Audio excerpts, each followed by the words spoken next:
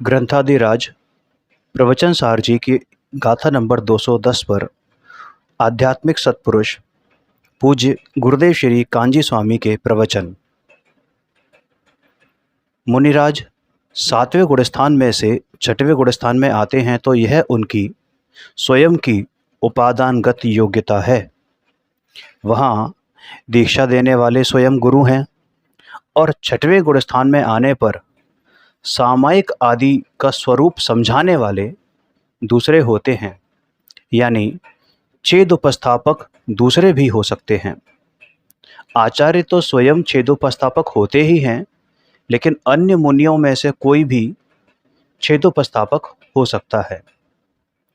28 मूल गुणों के पालन रूप वृत्ति उत्पन्न हो तो वह निश्चय संयम का छेद है, यानी सातवें गुणस्थान से गिरकर छठवें गुणस्थान में कोई आए तो वह निश्चय संयम का छेद है, यानी शुद्धोपयोग से छूटकर शुभोपयोग में आना वह निश्चय संयम का छेद है। तो फिर अन्य भावों की तो क्या ही बात करें। इससे विरुद्ध भाव हो तो उसे मुनि दशा ही नहीं है। देखो भाई, छेद दो प्रकार का है। निर्विकल्प संयम में 28 मूल गुणों के पालन का विकल्प उठना वह छेद है, यानी शुद्धोपयोग से शुभोपयोग में आना वह छेद है। और शुभोपयोग में आने पर, यानी छठवें गुणस्थान में आने पर 28 मूल गुणों के पालन में कोई अतिचार लगे तो वह भी छेद है। ध्यान रहे, यहाँ अतिचार की बात है, अनाचार की नहीं है।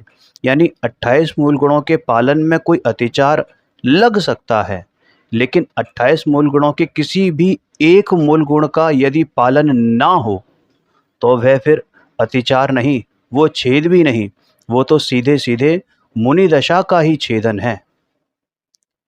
निर्विकल्प सामायिक में न रहकर कोई मुनिराज छठवें गुणस्थान में आते हैं, यानी सातवें से छठवें में जब आते हैं तो उन्हें अन्य मुनि कहते हैं। हे मुनि, अंतर निर्विकल्प अप्रमत्त भाव में रहना ही वास्तव में मुनि दशा है। इसके अतिरिक्त अन्य कोई भी मुनि का भाव नहीं है, और ऐसे उपदेश पूर्वक वे मुनिराज पुनः निर्विकल्प हो जाते हैं। तब वे दूसरे मुनिराज छेदोपस्थापक कहलाते हैं, तथा 28 मूल गुणों के पालन में कोई अतिचार लगे तब विधि पूर्वक प्रायश्चित करा के अतिचार दूर कराते हैं, और वे मुनिराज भी छेदोपस्थापक कहलाते हैं। अन्य निर्यापक हैं, यह तो निमित्त से कथन है। देखो भाई, छेदोपस्थापक के दो अर्थ लेना। एक, जो छेद यानी भेद यानी छेद के प्रति उपस्थापक हैं, अर्थात जो 28 मूल गुण रूप भेद को समझाकर उसमें स्थापित करता है वह छेदोपस्थापक है। तथा जो छेद के होने पर उपस्थापक है, अर्थात संयम के छिन्न होने पर, संयम के खंडित होने पर उसमें पुनः स्थापित करता है, वह भी छेदोपस्थापक है। चरणानुयोग में निमित्त का भी ज्ञान कराया गया है। अब गुरु निर्यापक हैं तो उसका अर्थ ये मत ले लेना कि गुरु संयम का निर्वाह कराते हों।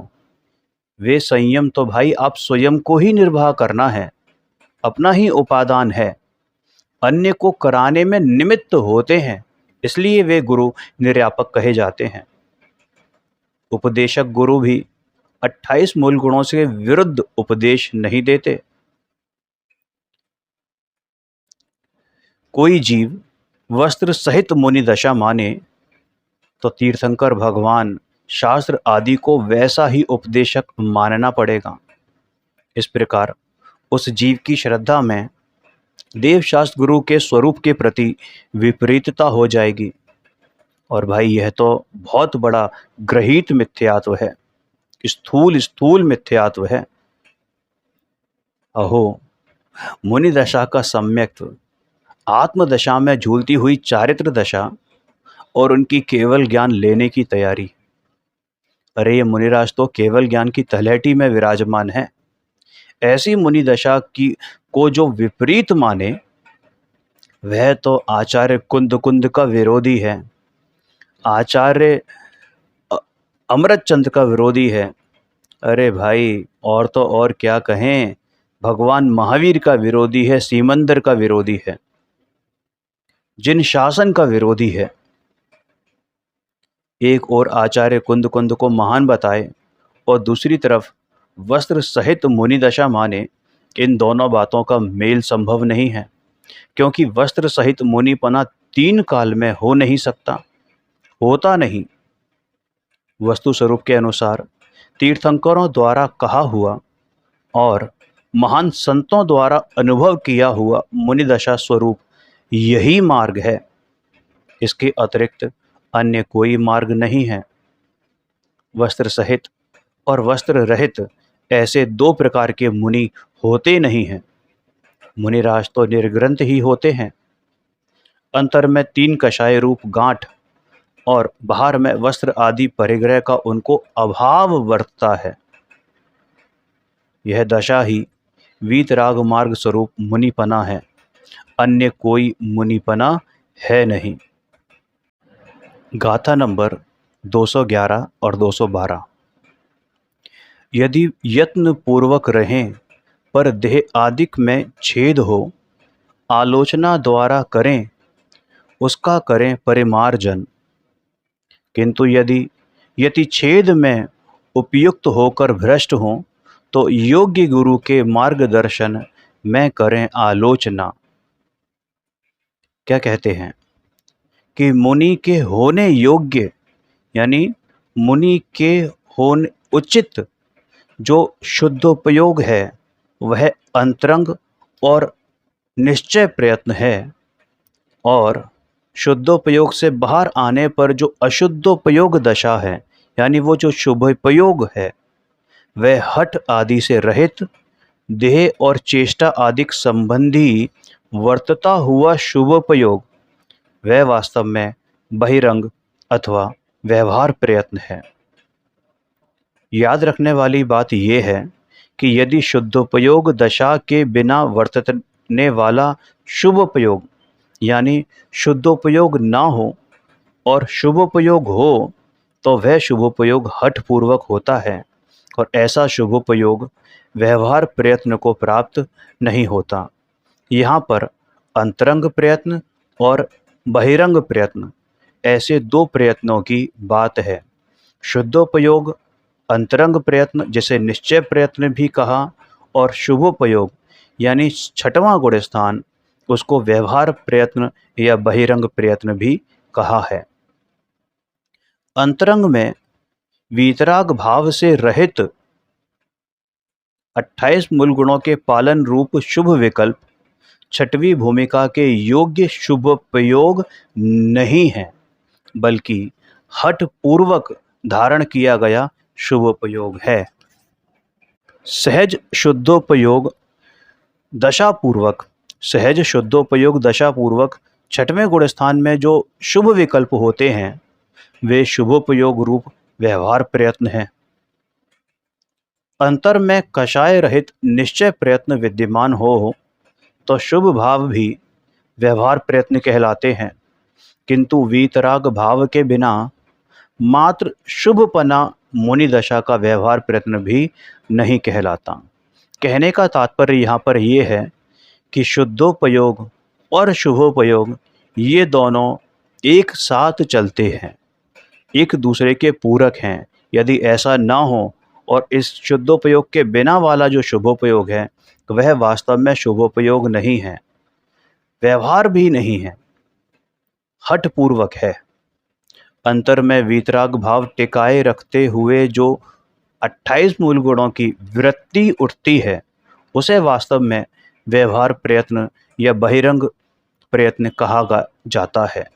वास्तव में मुनि दशा तो अंतर वीतरागता के आधार से स्थित है। ज्ञाता दृष्टा स्वरूप में रमणता हो और प्रमाद पूर्वक सहज दोष हो जाए तो वे मुनिराज निर्दोष रूप से निवेदन करके उन दोषों को दूर कर देते हैं। सहज दोष हुआ, यह क्रमबद्ध है। अंतर में ज्ञाता स्वभाव की ओर दृष्टि की एकाग्रता है, उसके जोर पूर्वक प्राप्त मुनि दशा का यही स्वरूप है। मुनिराज को अंतर ज्ञानानंद स्वभाव में जो पूर्ण लीनता यानी स्थिरता है, उसे ही स्वस्थ भाव कहते हैं। वहाँ शुभ भाव स्वरूप वृत्ति नहीं है। ऐसा वीतराग स्वस्थ भाव अंतर में टिकाए रखते हुए बाह्य शरीर आदि के हलन चलन रूप क्रिया में जो सहज फेरफार हुआ, वह बाह्य छेद है, किंतु अंतर में उसकी आलोचना करने से वह दोष भी टल जाता है। अब एक बार ज़रा आलोचना का स्वरूप समझते हैं। देखो, लोचन का मतलब होता है चक्षु यानी आँखें, है ना, देखना। तो आलोचना यानी सूक्ष्मता से देख लेना, सूक्ष्मता से विचारना, ठीक ध्यान में लेना, वह वास्तव में आलोचना है। आलोचना किसकी की जाती है? क्या है आलोचना का मतलब? इसका स्वरूप समझ में आए तो समझ में आता है कि भाई वास्तव में आलोचना है क्या। शरीर की क्रिया हुई, ऐसे लक्ष्य से उत्पन्न शुभ विकल्प का विचार आता है और तत्काल उतने में ही बाह्य छेद का प्रायश्चित हो जाता है। मुनिराज को शुद्धोपयोग से बाहर जितने समय छठवें गुण स्थान में शुभ विकल्प उठते हैं, उतने काल तक वे अपने स्वभाव से च्युत हैं। अतः वहाँ शरीर आदि की क्रिया को निमित्त करके बाह्य छेद में गिना है। उस छेद को टालने के लिए स्वरूप विचार की यहाँ पर बात कही गई है। हालांकि छठवें गुणस्थान की भूमिका में कोई दोष नहीं लगा है, क्योंकि शरीर की चेष्टा आत्मा की नहीं है। अतः शरीर की चेष्टा का दोष आत्मा को नहीं है, परंतु शुभ विकल्प उठते ही स्वयं आत्मा का लक्ष्य शरीर की चेष्टा पर गया। उस समय जो फेरफार हुआ, उसकी आलोचना की यहाँ पर बात है। वास्तव में अंतर स्वभाव में दोष नहीं लगा, क्योंकि अंतर स्वभाव में दोष लगे या स्वयं संवेदन की भूमिका नहीं रहे तो वह जीव अपने स्वभाव से च्युत हो गया है। ऐसे समय में वे आचार्य के समीप जाकर निवेदन पूर्वक प्रायश्चित लेते हैं। भाई, मुनिराज तो अंतर्ज्ञाता दृष्टा स्वभाव में लीन हैं। वे राग द्वेष के कर्ता नहीं हैं। वे बाह्य पर पदार्थों से पूर्णतः उदासीन हैं, एकमात्र निज द्रव्य के आश्रयी हैं। जो क्रमबद्ध पर्याय हो रही हैं, जो क्रमसर पर्याय हो रही हैं, वे भी मात्र ज्ञेय हैं, उनके मात्र ज्ञाता हैं। वे उन पर्यायों में फेरफार करने की बुद्धि उन्हें नहीं आती। एक चैतन्य द्रव्य में ही वे प्रतिबद्ध हैं। असंख्य प्रदेशी ज्ञान पिंड में ही उनकी लीनता है। इस प्रकार शुभ विकल्प उत्पन्न होने पर भी उनके परिणामों में कितनी सरलता है, उसकी यह बात है। अहो, मुनिराज को तो भगवान के स्वभाव के समान पूर्णता वर्तती है। अरे, जिनके अंतर में वैराग्य की धारा बहती हो, जिन्हें देखते ही ऐसा लगता हो कि है तो जगत के परमेश्वर हैं, जगन्नाथ हैं, जगन्नाथ हैं, आत्मा के असंख्य प्रदेशों से जिन्हें निरंतर निर्विकल्प आनंद की धारा बहती हो, ऐसे अंतर स्वरूप में झूलने वाले महामुनिराज तो जगत के धर्म पिता हैं। आज तो ऐसे वीतरागी संत मुनियों के दर्शन ही दुर्लभ हो गए हैं। मुनि दशा धारण करने की बात तो बहुत दूर रही, अपितु मुनि दशा का स्वरूप समझना भी लोगों को कठिन लगता है। अतः हे भाई, हे भव्य, हे बंधु, मुनि दशा का यथार्थ स्वरूप समझे बिना सच्चा मुक्ति मार्ग नहीं है। हे आत्मन, हे भव्य, तू स्वयं भगवान है। तू अपनी शक्तियों को पहचान। पर्याय की पामरता का विचार मत कर, अपने स्वभाव के सामर्थ्य को देख। संपूर्ण जगत पर से दृष्टि हटा और स्वयं में ही समा जा। उपयोग को यहाँ वहाँ ना भटका, अंतर में जा। तुझे निज परमात्मा के दर्शन होंगे ही होंगे। गाथा नंबर 213। शुद्ध उपादान की ओर से मुनिराज चिदानंद आत्मस्वरूप के सन्मुख रहते हैं और निमित्त की ओर से श्री गुरु के समीप उनके चरणों में अथवा गुरु की आज्ञा लेकर एकांत में बसते हैं, किंतु स्वच्छंदी नहीं हो सकते। चिदानंद स्वरूप की रमणता में उन्हें कोई प्रतिबंध नहीं है। वास्तव में तो मुनि दशा महान दशा है। समस्त जीवों को यह दशा अत्यंत दुर्लभ है। संत साधु बन के विचरूं, यह घड़ी कब आएगी। चल पड़ूं मैं मोक्ष पथ पर, वह घड़ी कब आएगी। आएगा वैराग्य मुझको इस दुखी संसार से, त्याग दूंगा मोह ममता, वह घड़ी कब आएगी। हाथ में पीछी कमंडल, ध्यान आत्म राम का। क्या कहा? हाथ में पीछी कमंडल, ध्यान आत्म राम का। आहा। भाई ये सनातन वीतराग मार्ग है, सनातन वीतराग मार्ग है। सामान्य जीवों को यह दशा अत्यंत दुर्लभ है, अत्यंत दुर्लभ है।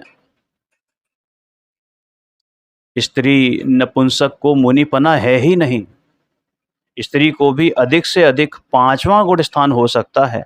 वह आर्य का तो हो सकती है, लेकिन 6वें 7वें गुण स्थान में झूलने योग्य उग्र पुरुषार्थ उनके नहीं होता। वो तो उग्र पुरुषार्थी पुरुष के ही हो सकता है। 2400 घंटे जिनके अंतर में एक आत्मा ही आत्मा का घोलन हो, उस आत्मा का ही विचार हो, वे जीव उग्र पुरुषार्थ पूर्वक आत्म ध्यान की ही ओर अग्रसर होते हैं। विशिष्ट समय में निद्रा लेते हैं, वह भी अत्यंत अल्प होती है। अंतर्मुहूर्त से अधिक विश्राम नहीं करते, अंतर्मुहूर्त से अधिक निद्रा नहीं होती। कोई घंटा 2 घंटा नींद नहीं लेते, वह तो सदैव जागृत अवस्था में रहते हैं। भावलिंगी मुनिराजों को निज चैतन्य की ऐसी जागृत दशा वर्तती है कि उनकी निद्रा समाप्त हो गई है। 7वें से ऊपर तो निद्रा है ही नहीं, माने 7वें में और 7वें से ऊपर वहां तो निद्रा है ही नहीं। और 6वें गुणस्थान का काल भी एक अंतर्मुहूर्त का है, बल्कि मैक्सिमम काल, अधिकतम काल एक अंतर्मुहूर्त का है, उससे अधिक नहीं है। उससे अधिक हो तो गुणस्थान गिर जाए। मुनिराज को निद्रा का प्रतिबंध नहीं है, किंतु शरीर में बहुत अधिक थकावट हो तो कुछ समय का विश्राम करते हैं। घंटा 2 घंटा 3 घंटा सो जाएं, ऐसी परिस्थिति नहीं होती। वास्तव में सभी पर द्रव्य प्रतिबंध उपयोग के उपरंजक होने से निरुपराग उपयोग रूप श्रामण्य के छेद के आयतन हैं। उनके अभाव से ही अचिन्न श्रामण्य होता है। अहो मुनि दशा, मुनिराज तो सर्वज्ञ भगवान के वजीर हैं, मंत्री हैं, प्रधान हैं, केवल ज्ञान लेने की तैयारी में हैं। एक बार आहार ग्रहण करते हैं तो पुनश्च उन्हें आहार आदि की वृत्ति नहीं होती। तेज धूप गर्मी हो तो भी पानी को लेने का या पानी को ग्रहण करने का विकल्प उनके नहीं उठता। जिन्हें अंतर में चैतन्यानंद के अनुभव का रस वर्तता है, चैतन्य चैतन्य चैतन्य, भाई उन्हें तृषा कैसी। जो चितामृत लगातार चिदामृत का घोलन करते हो, रसपान करते हो, रसास्वादन करते हो, उन्हें काहे की प्यास। अरे उनके तो अमृत कुंड अंदर बसता है।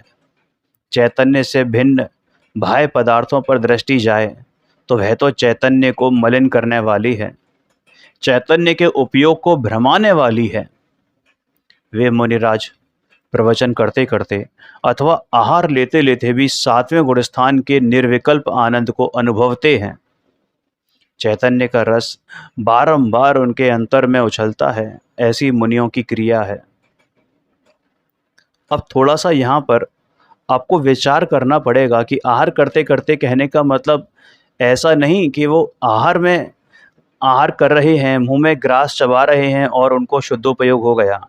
कहने का तात्पर्य यह है कि उनकी शुद्ध परिणति सदा काल रहती है, अंदर में जाने का पुरुषार्थ सदा काल रहता है। बाह्य पर पदार्थों में इसे ग्रहण करना और छोड़ना ऐसी मुनिराज की क्रिया नहीं है। उनकी क्रिया तो एकमात्र अंतर स्वरूप में लीनता है। अंतर में शुद्धोपयोग की स्थापना का नाम साधुपना है। नग्न वेश अथवा शुभ राग में साधुपना नहीं है। यदि मुनिराज के शुद्धोपयोग का अभाव है तो उनकी श्रमणता में छेद है।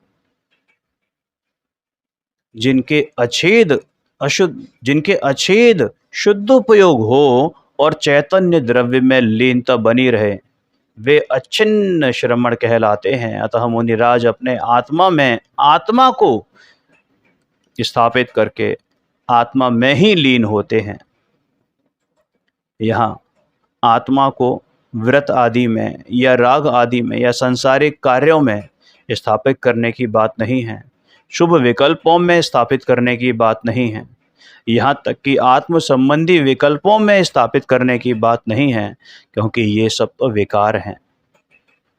उपादान की दृष्टि से एकमात्र निज शुद्धात्मा में ही रमने की बात है। और निमित्त की अपेक्षा श्री गुरु को गुरु रूप में स्थापित करके उनके समीप अथवा गुरु की आज्ञा अनुसार अन्य स्थान में रहने की भी बात है, जिससे परद्रव्य का प्रतिबंध ही ना रहे और शुद्धोपयोग भी अचेत रूप से वर्तता रहे। इस प्रकार मुनिराज को परद्रव्यों के प्रतिबंध का अभाव है।